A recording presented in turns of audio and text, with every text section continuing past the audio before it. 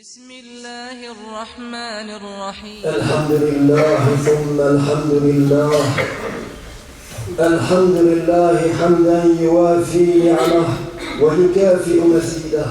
يا ربنا لك الحمد كما ينبغي لجلال وجهك ولعظيم سلطانك.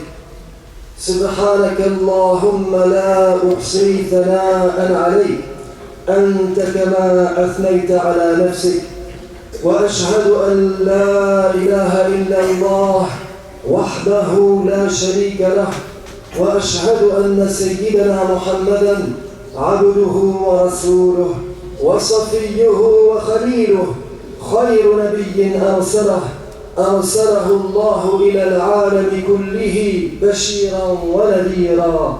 اللهم صل وسلم وبارك على سيدنا محمد صلاة وسلاما دائمين متلازمين إلى يوم الدين. وأوصيكم أيها المسلمون ونفسي المذنبة بتقوى الله تعالى. أما بعد فيا عباد الله، يرى كثير من الناس أن شرعة الحجاب تلك التي اختص بها الإسلام المرأة من أكبر الأدلة على اللامساواة التي أقامها الإسلام بين المرأة والرجل. بل رأى بعضهم في هذه الشرعة، في شرعة الحجاب، دليلا واضحا على ازدراء المرأة والتقييد البالغ لحريتها. ولو تأمل هؤلاء الناس في الباعث على شرعة الحجاب لاكتشفوا أن الأمر على عكس ما يتصورون، ولعلموا أن الله عز وجل إنما جعل من الحجاب السبيل الذي لا بد منه إلى اشتراك المرأة مع الرجل في بناء المجتمع بشتى فروعه ومعانيه. والأداة التي تيسر التعامل بينهما في مجال العلم والثقافة ومختلف الأنشطة الاجتماعية والإنسانية والحضارية. Beaucoup de gens pensent que le voile que la loi musulmane a imposé à la femme constitue une des preuves les plus évidentes du caractère foncièrement inégalitaire de l'islam et de sa misogynie. À écouter ces gens parler, l'islam mépriserait les femmes et voudrait imposer l'idée suivant laquelle l'homme domine socialement la femme et a droit à des privilèges de maître. Or, si ces individus connaissaient la vraie raison qui motive la prescription du voile, ils conviendraient alors de leur erreur et reconnaîtraient leur tort. Et même, ils découvriraient que, contrairement à ce qu'ils pensent, la loi musulmane a fait de la prescription du voile un moyen de libérer la femme et une condition nécessaire pour que l'homme et la femme participent ensemble à l'édification de la société et travaillent conjointement à sa prospérité. والآن تعالوا يا عباد الله نقف من هذا الكلام النظري على نموذج تطبيقي نستعيره أو نستلهمه من الوقائع الكثيرة في المجتمع. عندما تشترك المرأة في لقاء علمي أو فكري مثلا، فإننا نفترض في هذه الحالة أن تبرز هذه المرأة في هذا اللقاء المشترك بادية الزينة قد أبرزت الكثير من مغرياتها على نحو ما تفعله المرأة المتحررة اليوم. ترى ما الذي يحصل عندما تقوم هذه المرأة بهذا المظهر المثير لتناقش في مسألة علمية أو معضلة اجتماعية؟ الذي لا بد أن يحصل هو أن تهتاج في الرجال الذين يرونها ويسمعونها مشاعر الغريزة، وأن تتغلب على أنشطتهم الفكرية فتشرد بهم الغريزة عن محاكماتها العلمية إلى ما يتبدى أمامهم من مغرياتها الجسدية، أي إن حديثها إليهم يكون في واد والمهيجات الغريزية تسبح بهم في واد آخر. وهذا يعني بكل وضوح أن الرجال إنما يتعاملون معها على الرغم من حديثها الفكري الذي تطرحه على أنها كتلة أنوثة تهيج الغريزة وتبعث على المتعة ولا يحفلون من حديثها الفكري بشيء. Mais passons à présent, si vous le voulez bien, de la théorie à la pratique. Et citons comme exemple un cas concret qui illustrera notre propos. Prenons le cas d'une femme chercheuse qui participerait à un congrès scientifique et supposons que cette femme, outre le fait qu'elle se consacre à la recherche scientifique, soit avantagée par la nature et qu'on lui ait donné en partage des qualités esthétiques peu communes. Comment, je vous le demande, les participants ceux qui participent parmi la gente masculine réagiront-ils quand elle se présentera à eux, court vêtue, nu-tête, la tournure élégante et montrera à la tribune pour leur communiquer ses recherches? La réaction d'une majorité d'entre eux, disons-le très clairement, à la vision d'une silhouette aussi aimable sera de rechercher instinctivement le plaisir et goûter tout ce qui flatte les sens en cette femme, en sorte qu'ils se laisseront distraire des travaux de cette chercheuse par tous les charmes que celle-ci réunit et qui sont capables de faire sensation. Autrement dit, la plupart des hommes ainsi réunis ne verront dans cette chercheuse, malgré la valeur réelle de ses travaux, que ses caractères propres de femme et occulteront, consciemment ou non, ses qualités scientifiques. فما هي الجهة يا عباد الله؟ ما هي الجهة التي أخذتها الغيرة على كرامة المرأة أن تمتهن هذا الامتهان وأن تهدر الجهود الإنسانية وملكاتها العلمية في ضرام هذه المهيجات؟ ومن ثم فما هي الجهة التي وضعت الحاجز الحصين الذي يفصل شخصية المرأة إنسانة تمتاز بما يمتاز به الرجل من الخصائص العلمية والفكرية عن أنوثتها، عن شخصيتها الأنثوية المتممة لذكورة الرجل من أي سوء. Et à présent, je demande, quelle est l'autorité souveraine qui a pris des mesures de protection drastiques en faveur des femmes, visant à rendre inefficaces les efforts des hommes pour les rabaisser au rang d'objets de plaisir qui excitent le désir et ayant pour but de les considérer comme des associés à part entière, mettant en commun leur activité à pied d'égalité avec la gente masculine? Quelle est l'autorité souveraine qui a imposé une séparation marquée entre la femme en tant que personne ayant les mêmes facultés intellectuelles, les mêmes facultés humaines que l'homme et prenant part avec lui aux affaires publiques, et la femme en tant qu'être sexué ayant des caractères propres et faisant ressortir sa féminité dans un cadre privé? Cette autorité, mes frères, c'est la loi de l'islam, celle-là même qui a prescrit à la femme de couvrir ses attributs féminins d'un voile pudique quand elle est en public afin d'empêcher d'induire la gente masculine en tentation. Cette autorité, mes frères, c'est la loi de l'islam, celle-là même qui a prescrit à la femme de ne donner à voir aux hommes que sa qualité d'être humain et ses compétences, lesquelles méritent seules d'être mises en valeur dans la sphère publique. في الناس من يفترضون أن الله عز وجل يرى من الحجاب وسيلة لتربية المرأة وسبيلا للسمو بها إلى مستوى الاستقامة الأخلاقية والبعد عن السفاسف والانحرافات، ثم يجعلون من هذا الافتراض حقيقة يقررونها ويؤكدون أنها هي الحكمة من وراء الحجاب الذي فرضه الله عز وجل على المرأة.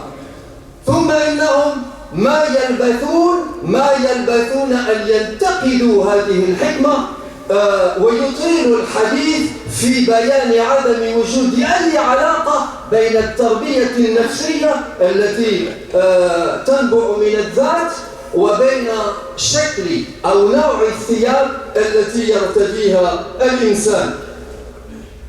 Les soi-disant spécialistes qui pullulent aujourd'hui dans les médias prétendent que la raison d'être du voile en islam est de faire l'éducation morale et spirituelle des femmes. C'est ainsi qu'ils nous parlent. Et ces spécialistes de répéter cette affirmation avec insistance pour convaincre leur auditoire qu'il s'agit d'une évidence.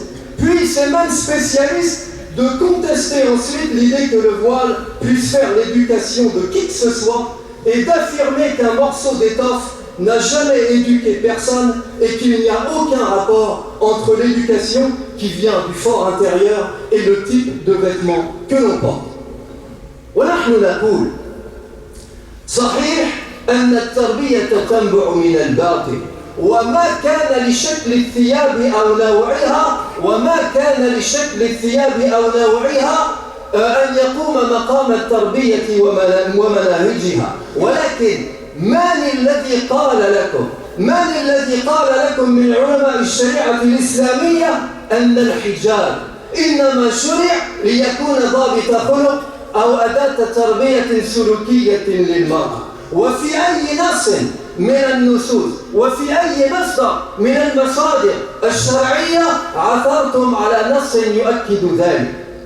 أيها الإخوة ويا عباد الله، إن الحكمة الباعثة على مشروعية الحجاب إنما تتمثل في البيان المنطقي الذي أتينا عليه مفصلا والذي لا مجال لإدخال أي ريبة فيه، وقد ذكرها القرآن في نص جامع مركز وهو قول الله تبارك وتعالى: يا أيها النبي قل لأزواجك وبناتك ونساء المؤمنين يدنين عليهن من جلابيبهن ذلك أدنى أن يعرفن فلا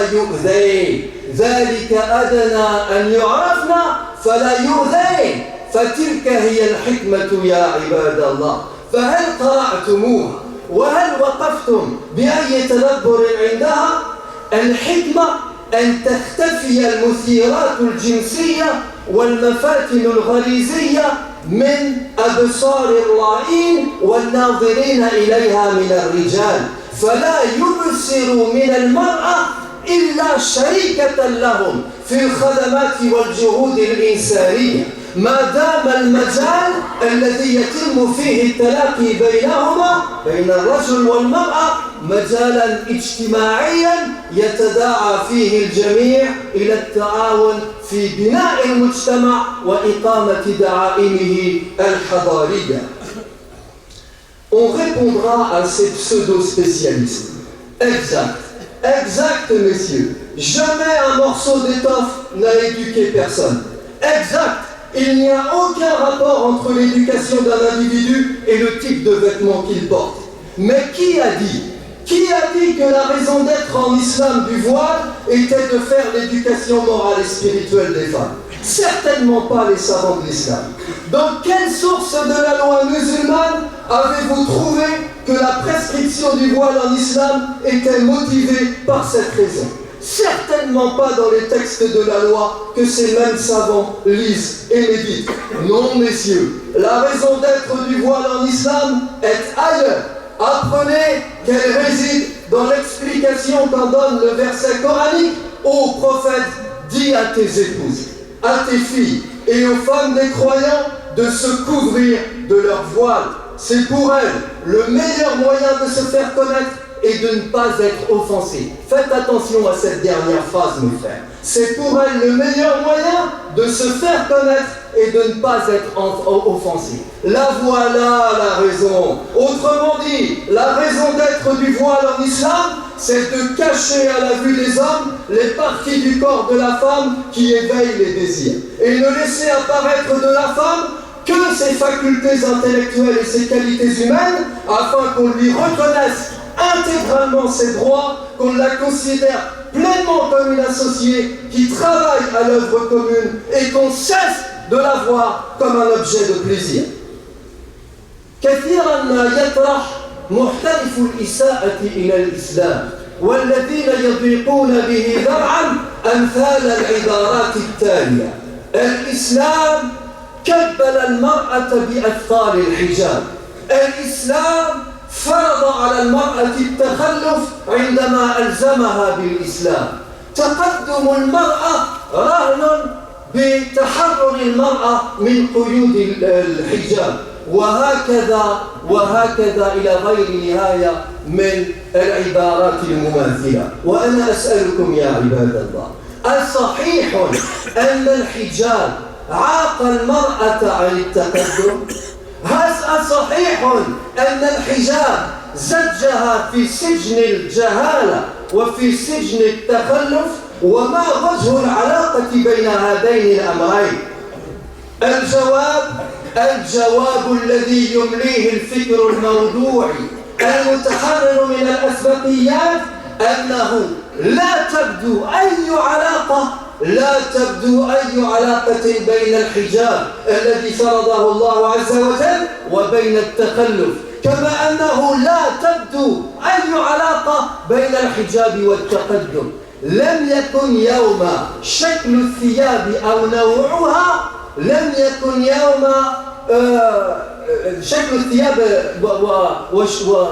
ونوعها التي ترتضيها المرأة سواء كان طولا أو قصرا، عرضا أو اتساعا، ذا أثر في هويتها، ذا أثر في توجهها العلمي ونشاطها الاجتماعي.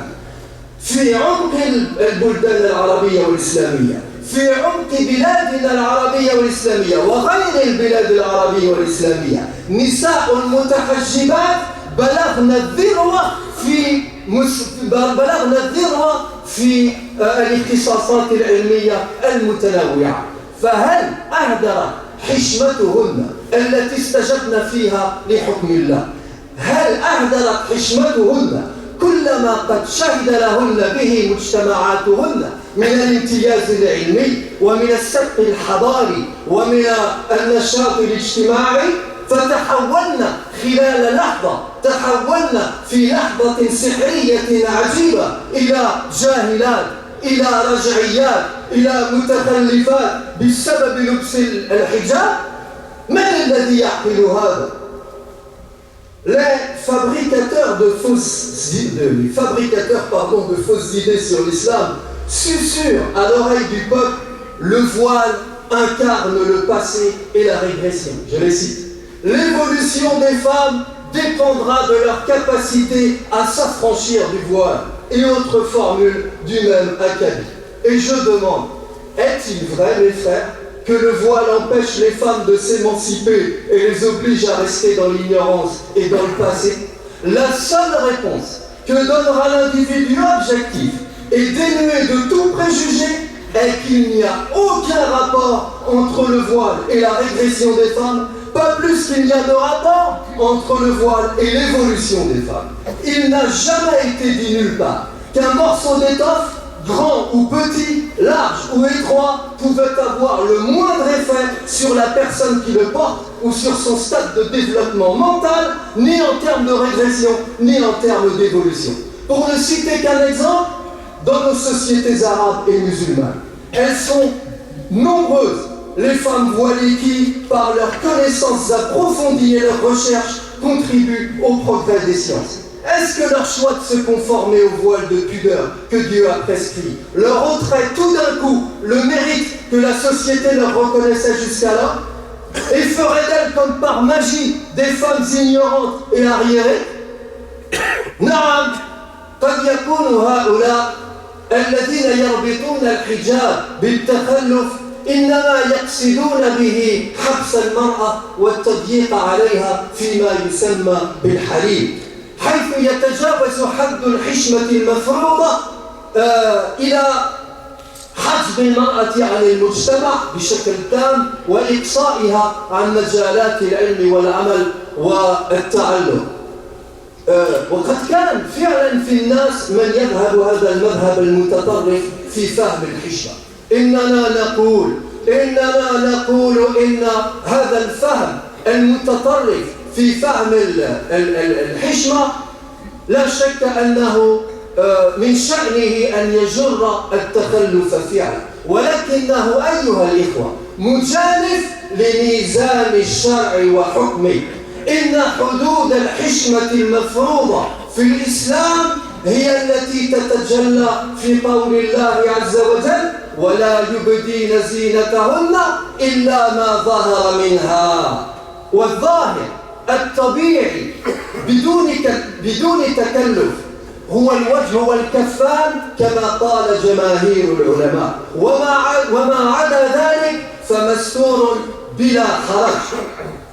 ومن هنا أيها الإخوة فهمنا أن هذا الحد من الحشمة، أن هذا الحد المفروض من الحشمة لا يعوق المرأة إطلاقا عن أي نشاط اجتماعي أو فكري تنهب به. Mais peut-être ceux qui associent le voile à l'esprit rétrograde entendent par là le régime de claustration et d'enfermement que certains individus imposent à leurs femmes à travers le monde.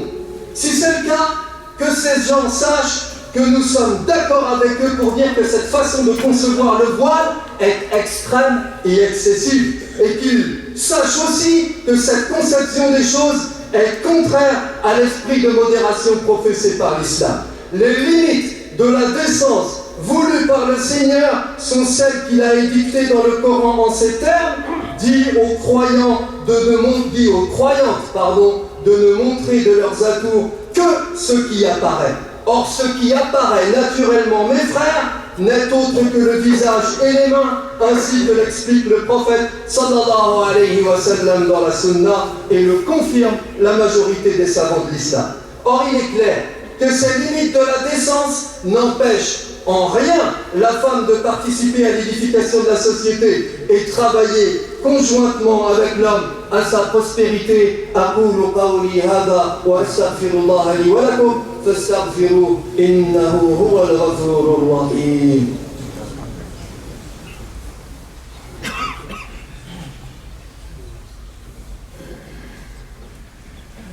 الحمد لله حمدا كثيرا كما أرى، وأشهد أن لا إله إلا الله إقرارا بربوبيته وإرغاما لمن جحد به وكفر، وأشهد أن سيدنا محمدا عبده المصطفى ونبيه المجتبى ورسوله المرتضى. عباد الله اتقوا الله فيما أمر وانتهوا عما نهى عنه وزجر، وأخرجوا حب الدنيا من قلوبكم فإنه إذا استولى أسر.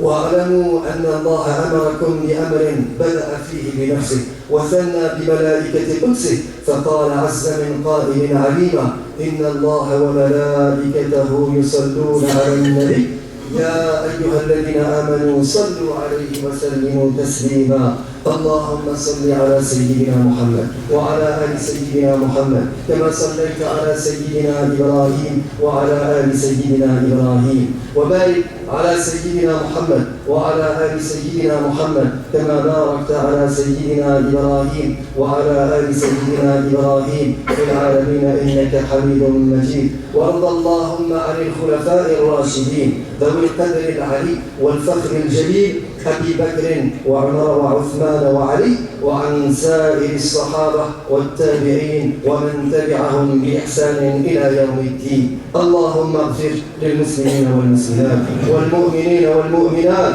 الأحياء منهم والأموات، وألف بين قلوبهم يا رب العالمين. اللهم اهدنا فيمن هديت، وعافنا فيمن عافيت، وتولنا فيمن توليت، وبارك لنا فيما أعطيت، وقنا شر ما قضيت، فإنك تقضي ولا يقضى عليك، وإن فإنه لا يذل من واليت ولا يعز من عاديت، تبارك ربنا وتعاليت. نستغفرك اللهم ونتوب إليك. اللهم أصلح لنا ديننا الذي هو عصمة أمرنا، وأصلح لنا دنيانا التي فيها معاشنا، وأصلح لنا آخرتنا التي فيها معادنا، واجعل الحياة زيادة لنا في كل خير، واجعل الموت راحة لنا من كل شر. اللهم إنا نسألك خير المسألة وخير الدعاء وخير العلم وخير العمل وخير الثواب وخير النجاح وخير الحياة وخير الممات. اللهم ثقل موازيننا، اللهم حقق إيماننا، اللهم ارفع درجتنا، اللهم تقبل منا صلاتنا وصيامنا وقيامنا وأعمالنا للخير كلها يا رب العالمين. اللهم اغفر لنا ولوالدينا ولمشايخنا ولأرباب الحقوق علينا ولسائر المسلمين أجمعين. آمين آمين آمين، والحمد لله رب العالمين. عباد الله، إن الله يأمر بالعدل والإحسان وإيتاء ذي القربى وينهى عن الفحشاء والمنكر والبغي يعظكم لعلكم تذكرون. وأقم الصلاة.